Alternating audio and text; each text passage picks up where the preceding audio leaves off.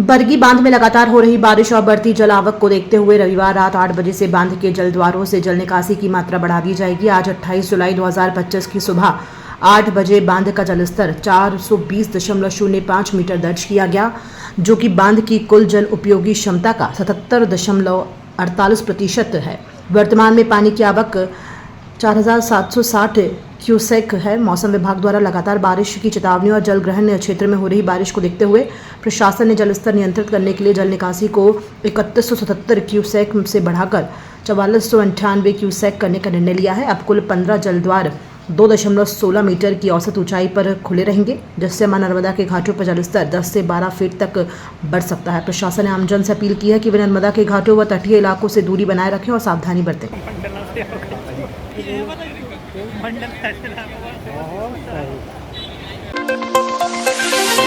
जबलपुर के हनुमानताल तालाब के सिल्ट सफाई को लेकर चलाए जा रहे अभियान के तहत जबलपुर कांग्रेस कमेटी और NSUI के द्वारा भ्रष्टाचार के आरोप लगाते हुए प्रदर्शन किया गया।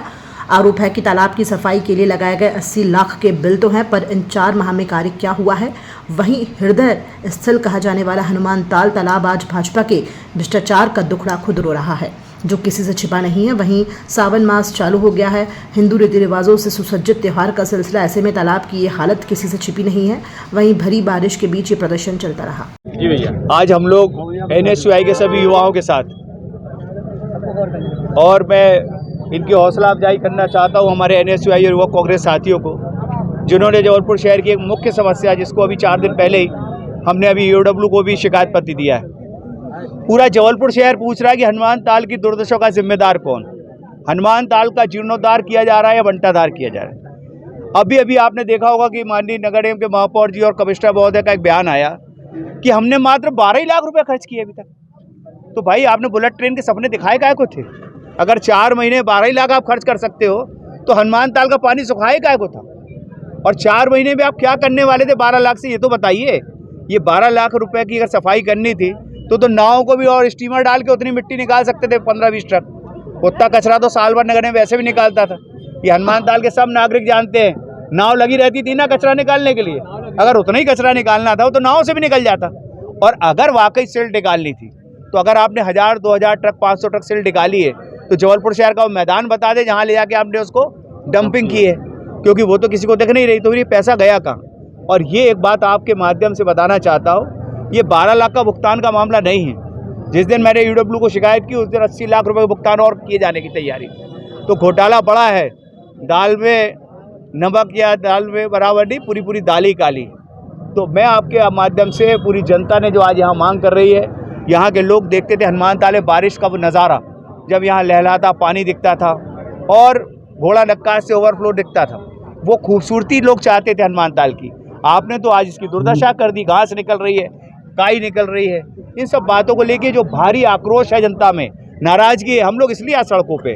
और आज NSUI के साथियों को भी मैं इसलिए हौसला अफजाई करने आया कि आप लोग आज सड़कों पे उतरे हो, हम लोग भी लगातार इस पे सड़कों पे उतरेंगे। ये आंदोलन थमेगा नहीं। अभी नगर निगम के अधिकारी आए हैं, मैंने इनसे कहा है कि एक सार्वजनिक बोर्ड लगाइए यहाँ पे हनुमान ताले के सामने। ये मत चिंता करिए कि बोर्ड गायब हो जाए, क्योंकि आप लोग के बोर्ड जल्दी गायब हो जाते हैं। उस पर आप सार्वजनिक करिए कि हमने 12 लाख में अभी तक किया क्या क्या, और अगले 26 तक आप काम करोगे। तो अभी क्यों खाली किया था? और 26 तक करने वाले क्या क्या काम हुए ये तो बताओ। मेरे कार्यकाल में तो STP प्लांट भी लगना था, 2.5 करोड़ में सब हो रहा था, विसर्जन कुंड भी बन रहा था। तो अब आखिर आपके 2 करोड़ में ना STP प्लांट है, जो पेपरों में अभी विज्ञापन आपने देखा, विज्ञप्ति आई है महापौर जी की, कमिश्नर महोदय। इन सब मुद्दों को लेकर आंदोलन है। पांडे साहब, हनुमान ताल का नाम इतना बड़ा है, भगवान हनुमान के नाम पे है। भगवान श्री राम के लिए जो हनुमान जी का जो किया है, हम लोग ने तो कुछ भी नहीं किया। जबलपुर शहर की जनता के लिए पानी गिरे, आग गिरे, हम लोग उसकी भी तैयारी करके आए, और ये लड़ाई को लड़ते रहेंगे। पानी गिरने से ये लड़ाई रुकने वाली नहीं। आज हनुमानताल में साफ़ सफाई को निर्माण कार्य के संबंध में NSUI के जो सदस्य हैं, वो छात्र संघ है पूरा, और विनय सक्सेना जी लोगों ने आज ज्ञापन के माध्यम से बताया है कि जो निर्माण कार्य यहाँ पे चल रहे हैं, इस संबंध में इन्होंने कुछ ज्ञापन दिया हुआ है पहले। तो उसके संबंध में क्या कार्रवाई हुई है उस बारे में ये नगर निगम जो है वो से उनने जानना चाहा है। तो इस बारे में फिर हम आयुक्त महोदय के समक्ष जो है वो बताएंगे। भारतीय राष्ट्रीय छात्र संगठन द्वारा हनुमान ताल में सांकेतिक धरना दिया गया है।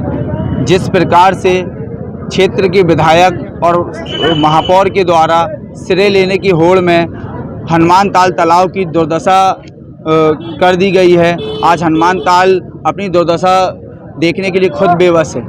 हमारा नगर निगम प्रशासन से ये निवेदन है आप लोगों के माध्यम से और ये धरना प्रदर्शन के माध्यम से ये बताना है कि अगर जल्द से जल्द हनुमान ताल तालाब का सौंदर्यीकरण नहीं हुआ तो हम लोग हर स्तर में आके आंदोलन करेंगे, प्रदर्शन करेंगे।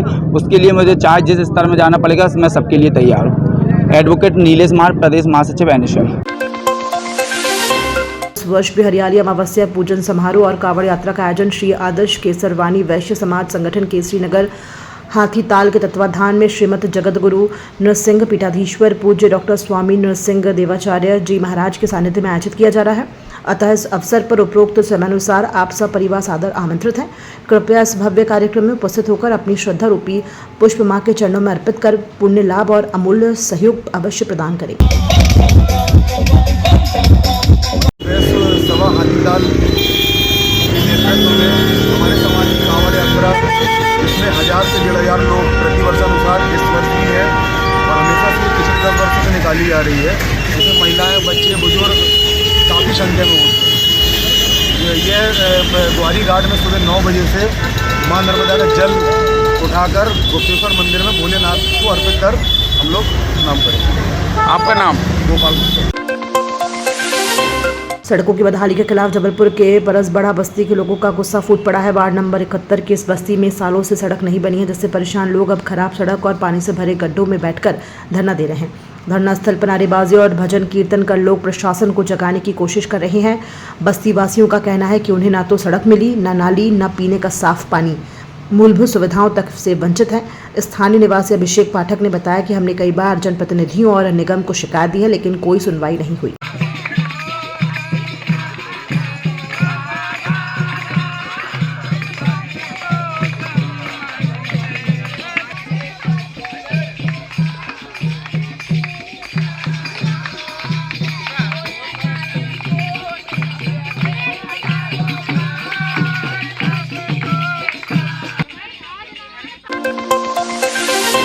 एमपीईबी कर्मचारियों ने अपनी विभिन्न मांगों को लेकर एमपीईबी कार्यालय शक्ति भवन के सामने सरकार के खिलाफ प्रदर्शन कर जमकर नारेबाजी की। इस दौरान अपनी लंबित मांगों को पूरा किए जाने सीएम के नाम ज्ञापन सौंपा, जहां एमपीईबी कर्मचारियों ने बताया कि विगत 30 सालों से सहायक अभियंता का प्रमोशन नहीं हुआ है, जबकि उसके बाद भर्ती हुए कर्मचारियों का प्रमोशन किया गया। सरकार से मांग है कि ऐसा रोटेशन बनाया जाए जिसमें पुराने कर्मचारियों का भी प्रमोशन हो सके, साथ ही प्रमोशन में कोटा सिस्टम लागू किया जाए।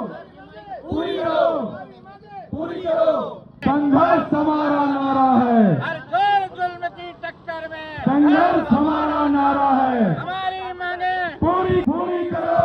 हम सब एक है, हम सब एक है, हम सब एक है, हम सब एक है।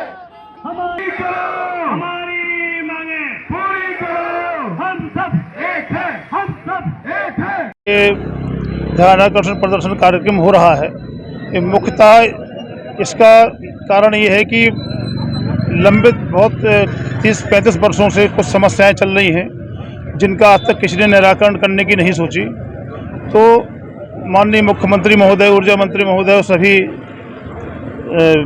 अधिकारियों से हम लोगों का ये ध्यानाकर्षण कार्यक्रम है कि जो 30-35 वर्ष से हम लोगों की पदोन्नतियाँ नहीं हुई कनिष्ठ अभियंताओं की, वो पदोन्नतियाँ की जाए।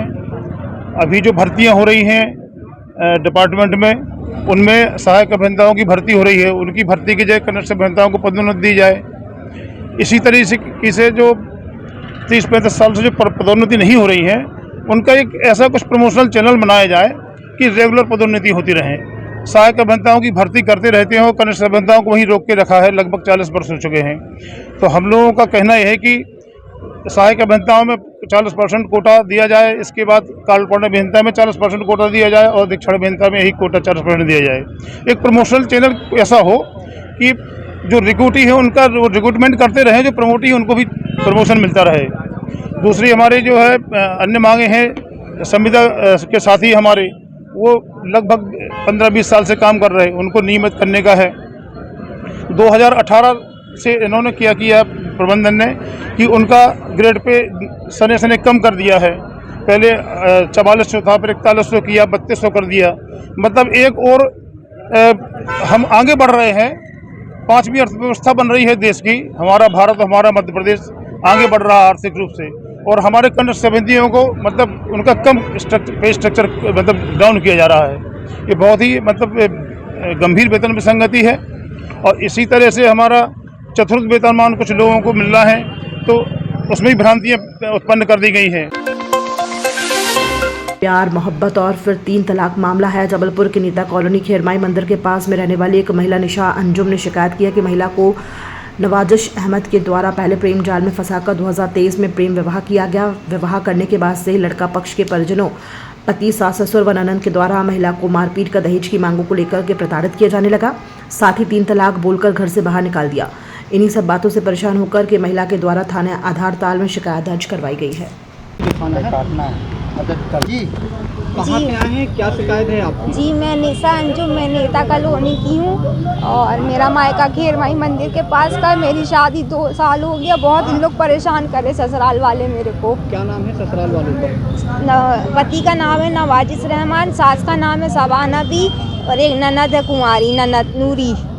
आए दिन विवाद होता है? आए दिन विवाद होता है कोई ना कोई चीज़ पे। मेरे को पसंदगी करके लेके 10 साल की मोहब्बत रही, अपने भरोसे करके लेके गए हैं। उसके बाद ले जाके अपनी माँ बहनों के भरोसे छोड़ दिए।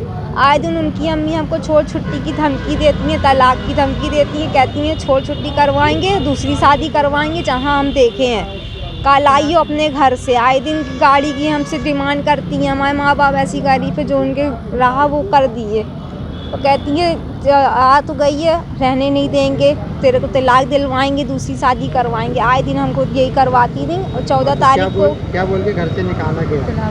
तलाक 3 तलाक दे के हमको घर से निकाला गया और 3 माह के हम प्रेग्नेंट रहेंगे, ऐसी हालत से मेरे को इन लोग घर से निकाल दिया। हमारे माँ बाप समझाने आते हैं, उल्टा उन लोग के ऊपर हाइपर होते हैं, कुछ ज़्यादा चढ़ाई करते हैं, मारा पीटी करते हैं। मारपीट भी हुई थी उस दिन 14 तारीख को। कब हुई थी आपकी शादी? मेरी शादी हुई थी 22 मई 2023 को। उसके कहाँ पर आए? आज हम आधार ताल थाने पे आए हैं शिकायत करने। FRI हो गई मेरी। आपका नाम? निशा अंजुम। कहाँ रहते? नेता कॉलोनी खेरमाई मंदिर के पास। ये अम्बेडकर कॉलोनी की घटना है जहाँ पर एक जो विवाहिता है उसके साथ उसके ससुराल वाले प्रताड़ित किया करते थे। इसके अलावा जिसके पति ने उसको 3 तलाक का जो उनका वो है वो कहकर उसको घर से निकाल दिया है। लड़की गर्भवती भी है। पहले परामर्श केंद्र में इसका प्रकरण चला है, वहाँ पे समझाइश न होने के बावजूद भी इसमें प्रकरण पंजीबद्ध किया गया तथा कार्रवाई की जाए।